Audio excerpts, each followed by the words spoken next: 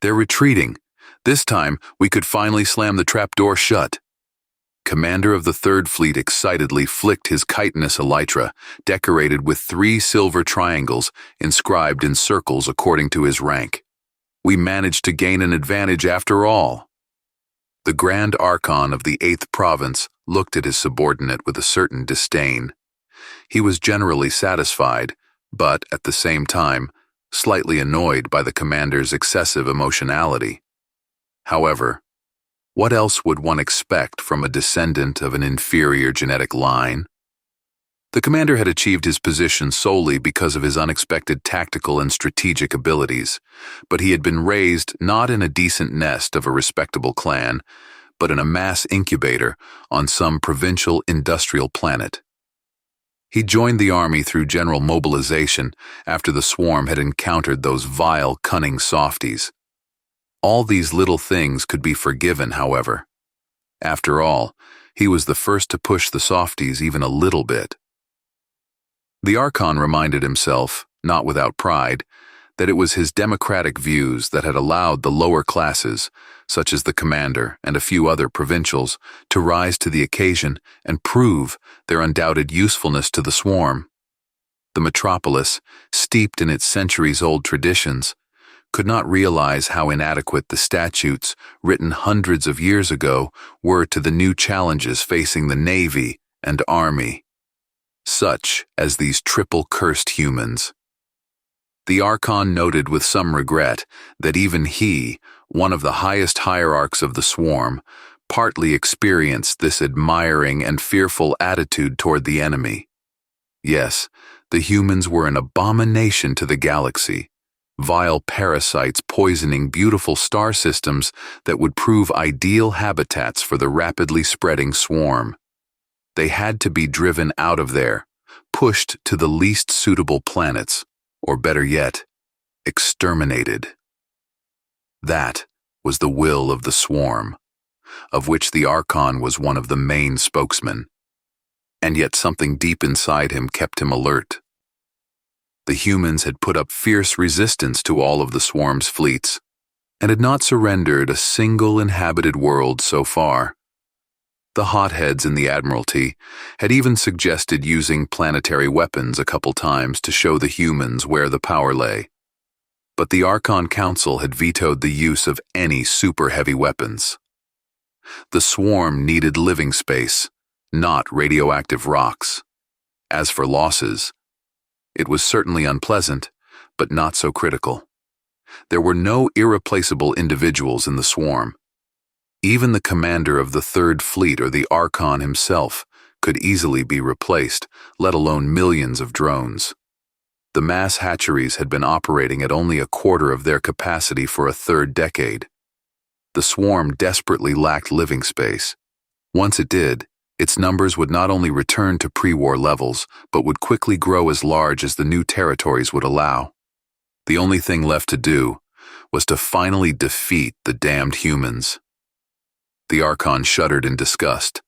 The vile, soft-bodied creatures didn't seem to have heard of austerity.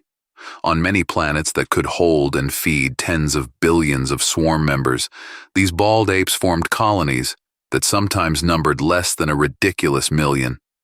Simply an unforgivable waste of habitable space. But they fought in such a way that the swarm's inexorable expansion slowed down. So far, the swarm had not managed to capture a single planet. All hostilities have been fought exclusively in space, far from inhabited worlds.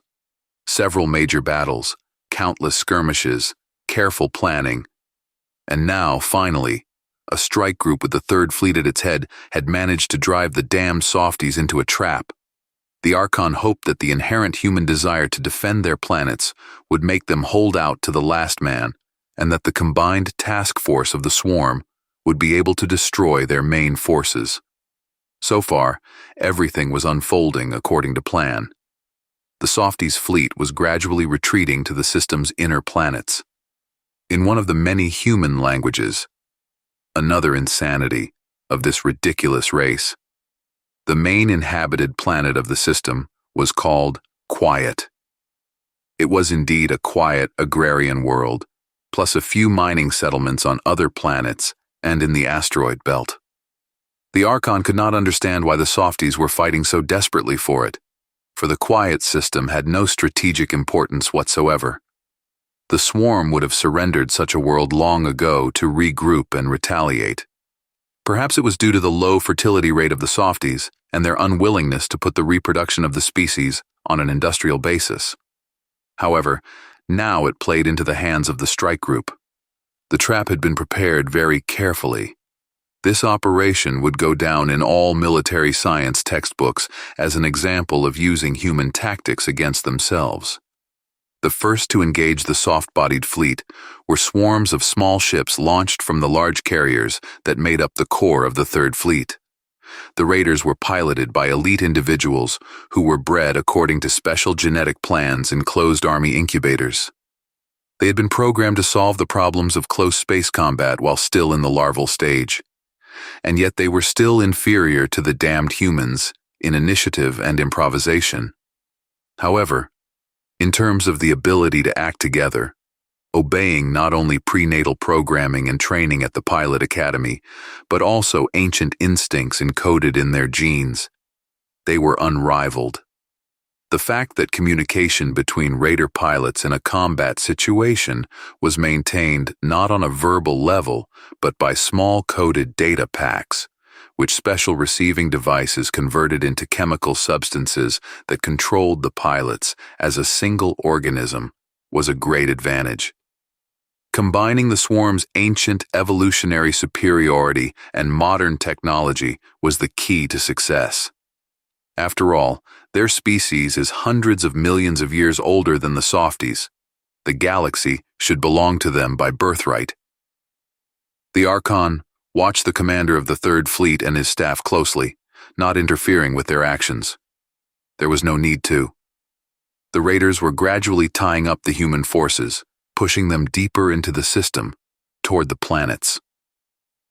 The situation was complicated by numerous system forts in the most unexpected orbits and vast minefields of smart capture mines, small automated suicide ships equipped with primitive artificial intelligence.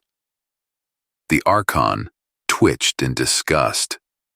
Unable to organize themselves into a high swarm, the softies were forced to create the most heinous anti-evolutionary perversion of nature, artificial intelligence. This alone merited the intervention of the swarm. How could the great course of evolution be disrupted by some vile combination of pulses and semiconductor systems? These active mines were causing massive inconvenience to all the swarm fleets involved in the purification war. One of the raiders' tasks, not too publicized among the aristocracy of the inner lines, who tended to worry too much about minor things, was neutralizing the minefields. Though he belonged to one of the most powerful inner genetic lines, the Archon did not understand these silly worries. After all, raider pilots were bred and raised to be fighters, ready to die for the greater good of the swarm. What difference would it make if it happened in direct combat with softies or while clearing sneaky minefields? And yet, the strike group was advancing. Following the raiders, destroyers and cruisers entered the cleared territory. They acted as cover for the carriers from the possible impact of softies' capital ships. Those carriers still held reserve squadrons of raiders in case of unforeseen circumstances. The Archon himself insisted on it, though the eager commander of the Third Fleet wanted to throw everyone into the battle. The Archon understood him well enough. Part of the commander's genetic map was connected to the genetic sideline of pilots chosen for promotion only 3 generations ago. That was what the Archon was on the flagship of the task force for, to provide strategic oversight and restrain the noble but short-sighted impulses of the younger individuals. He had to admit that despite the swarm's vast numerical superiority, the softies were holding up admirably. They fought off swarms of raiders, launched local counterattacks, and lured individual raider units into skillful traps. But they could not break through to the main forces of the swarm strike force, and gradually retreated further and further away. True, the swarm had not yet managed to capture a single human for the ritual of the Great Consumption, but that would come when the swarm would occupy the planet. The Archon was monitoring the battle on several screens, receiving data from all along the active battle line. Everything seemed to be going according to plan. Suddenly, his attention was drawn to unusual activity on one of the flanks, where two groups of raiders were taking out a fairly robust human automated orbital fort. The fort symbol was still lit green, which meant that the fort had not yet been destroyed, but the two groups of up to 40 raiders had turned away from it and were heading toward another formation that was trying to lure a small group of human in-system monitors into open combat. It was strange, very strange, for the raiders to arbitrarily change their combat mission without accomplishing the previous one. Unheard of. The Archon summoned the commander of the Third Fleet. "What's going on there?" the Archon asked, pointing at the screen. "Why are your subordinates going rogue on the battlefield? We can't afford to leave a functional orbital fort in our rear. It's too dangerous and fraught with great complications when landing transports with planetary assault units will come here." The commander rattled the spikes on his shins as a sign of submission and immediately ordered the communications officer on duty to call the raiders. After a few seconds, it was clear that something out of the ordinary was going on. The raiders did not make contact and did not even respond to the pheromone order to immediately return to their assigned task or the order to return to their carriers that followed. The Archon watched them, unresponsive to all calls and orders, approach the group chasing the human monitors. He was lost in speculation as to what might have happened. The communication systems on all 46 ships couldn't have failed at once, could they? Moreover, judging by the coherence of their actions, they communicated with each other without any problems. Only at the very last moment, when 40 rogue raiders had already begun to unfold into battle order, the Archon realized that the matter was more than serious. "Call the squadrons in the battle against the human monitors at once," he shouted. "Threat from the flank, multiple hostile targets at a range of 100 seconds. Abandon pursuit and regroup in this direction. Shield formation." The commander stared at him, perplexed. "But there's no humans on that flank," he said, "and we're almost surrounded those monitors. If these 40 raiders join the fight, our advantage, that's an order."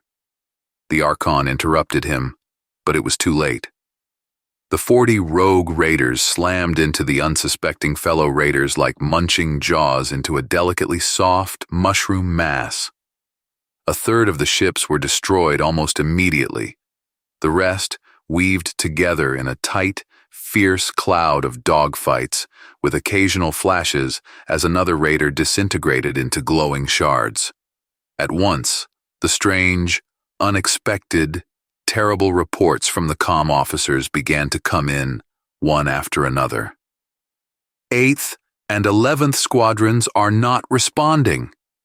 From the raider carriers Pride of the Swarm and Triumph of Evolution, they're reporting that all their raiders are out of contact. The flagship of the transport convoy reports that the troopers are going rogue. There is mutiny throughout the ships, and fierce fighting is underway. The Archon watched and listened in horror as his strike force, the greatest armada of the swarm, tore itself apart and gnawed into its own body like an uncultivated litter accidentally forgotten in a locked incubator. What's going on? He felt a rage rising somewhere at the bottom of his consciousness, which lay far deeper than the great evolutionary achievement of the swarm's intelligence. A desire to destroy all enemies, all those who threatened him personally, and the swarm. Such as this miserable, lowly fleet commander, the spawn of a low genetic line, seeking only his own advantage and ready to do anything for it. Forgetting about his blaster, The Archon turned around and saw that almost the entire bridge was already engulfed in a violent fight. However, the Archon belonged to a higher genetic line and retained the remnants of logical thinking. He immediately realized that the madness was spreading from the central communications console. It was the communicators who were lashing out with furious rage at everyone else. At the console itself, the remains of a senior communications officer lay in a pool of hemolymph, torn apart by his subordinates. The Archon suddenly realized what was going on. Gathering the last remnants of his slipping mind, he shouted, "Cut the comms immediately! Everyone who can still hear me, cut the comms!" He never knew that no one had heard him, because at that very moment, the Third Fleet commander's strong claws ripped off the Archon's mid-back, and powerful jaws bit through the head of the aristocrat of the highest genetic line, tearing the head ganglion to shreds. It worked. Do you realize what this means? Our plan worked. You're a genius, Thaddeus, true genius. Contrary to all the stereotypes of the Yamato colonists' equanimity, Hideki Nakayama galloped around the deckhouse, doing some insane triumphant dance. Thaddeus Tonchich, whom Hideki had just dubbed a genius, watched this performance with a reserved smile. He was almost twice as old as Hideki, and strictly speaking, that was the only thing that kept him from performing a couple of intricate pas himself. Both colonists had worked for the sanitation service for many years. Only Hideki had joined the service right out of university, and Thaddeus had worked on several new worlds as an environmental and genetic inspector. This position meant monitoring possible ecological difficulties in introducing new species into the local biosphere. In fact, Thaddeus made conclusions on which the sanitation service worked further, if necessary. This work was interesting, but sometimes dangerous, as was what the sanitation service was doing. Therefore, when a new and terrible threat to the galaxy suddenly appeared, the sanitation service had to confront this threat. Wars, armies, and similar senseless brutality had long been a thing of the past, so much so that people didn't even remember what it was anymore. The only people who had ever encountered anything even remotely resembling an aggressive species, even if they didn't have the beginnings of intelligence, were the sanitation workers. And here they are, for the 4th year, already trying to fight this terrible threat, which is spreading across the galaxy like some deadly virus. And all because one day, an old automated dry cargo ship with a cargo of seeds for one of the colonies lost control and went straight into a space-time anomaly, which then someone aptly named the Infinity Bag. Hideki finally calmed down a bit and sat back in his chair. Who would have thought that ordinary cockroaches could cause so much misery and grief? He said more seriously. His face seemed to freeze, becoming like a wooden mask. Thaddeus knew that Hideki's family had died during one of the first clashes with the aggressors. Thank goodness the passenger liner his wife and 2 children were taking to the new Okinawa had been blown up by torpedoes rather than boarded. Thaddeus shuddered at the thought of what the aggressors had done to the prisoners. Yes, nodded Thaddeus. And it's the sanitation service's, fault too. The fumigation is our responsibility. There shouldn't have been any cockroaches on this dry cargo ship. Sometimes, I think that we have become too reliant on automation. First, the sanitary automation of the seed storehouse worked badly. Then something went wrong with fumigation. And then, on top of all this, there was a malfunction in the navigation computer. And all of this led to a terrible war and tens of thousands of dead. This isn't how I imagined contact with alien intelligence. Cockroaches are pests, and they should be destroyed, not contacted, Hideki said harshly. Even if by some strange twist of the universe, they had acquired a semblance of intelligence. Thaddeus shook his head. Hopefully, someday, we'll be able to change that. But first we must secure humanity. Ha! Hideki smirked. Cockroaches are cockroaches. They didn't even realize they were up against not some mighty fleet of a great galactic empire, but janitors and veterinarians, with hastily converted cleaning and sanitation equipment. And the way you beat them in the end is proof of their stupidity and inability to jump above their chitinous shells. I was just lucky to be the first, Tadeusz said. If it hadn't been for me, someone else would have figured out sooner or later that their radio signals weren't coded language as we know it, but commands to the pheromone emitters in their ships. It just so happens that in my distant undergraduate past, I wrote a thesis on the way insects communicate. Once I realized this, deciphering the signals and writing a new virus sequence was a matter of technique. As you can see, it works surprisingly well. He pointed to the view screen, where the wreckage of the invasion fleet was burning. I think now we can easily drive them out and lock them up on some planet. All we have to do is cut them off from the sack. We still don't really know what happened back there in the sack. How did it accelerate their evolution? From primitive insects to a space-level intelligent species in a few years is no joke. They need to be exterminated, Hideki said. Every last one of them. Such creatures should not exist. Tadeusz sighed. I'm afraid many people would agree with you on the Galactic Council and even in the Sanitation Service. But I'd like to remind you that as little as 1,000 years ago, we humans exterminated each other and the species around us with just as much cruelty and senselessness. I think they should be given a chance. Well, it's not up to you and me to decide either way. The hyperlink buzzed, announcing a new message. Without looking, Hideki poked at the printout button, picked up the sheet that had crawled out of the printer, and checked it. His eyes widened, his jaw slackened, and the sheet with the message slipped from his fingers and floated to the floor. Tadeusz even rose from his chair. He'd seen his partner like this only once before, when the message about the death of Hideki's family arrived.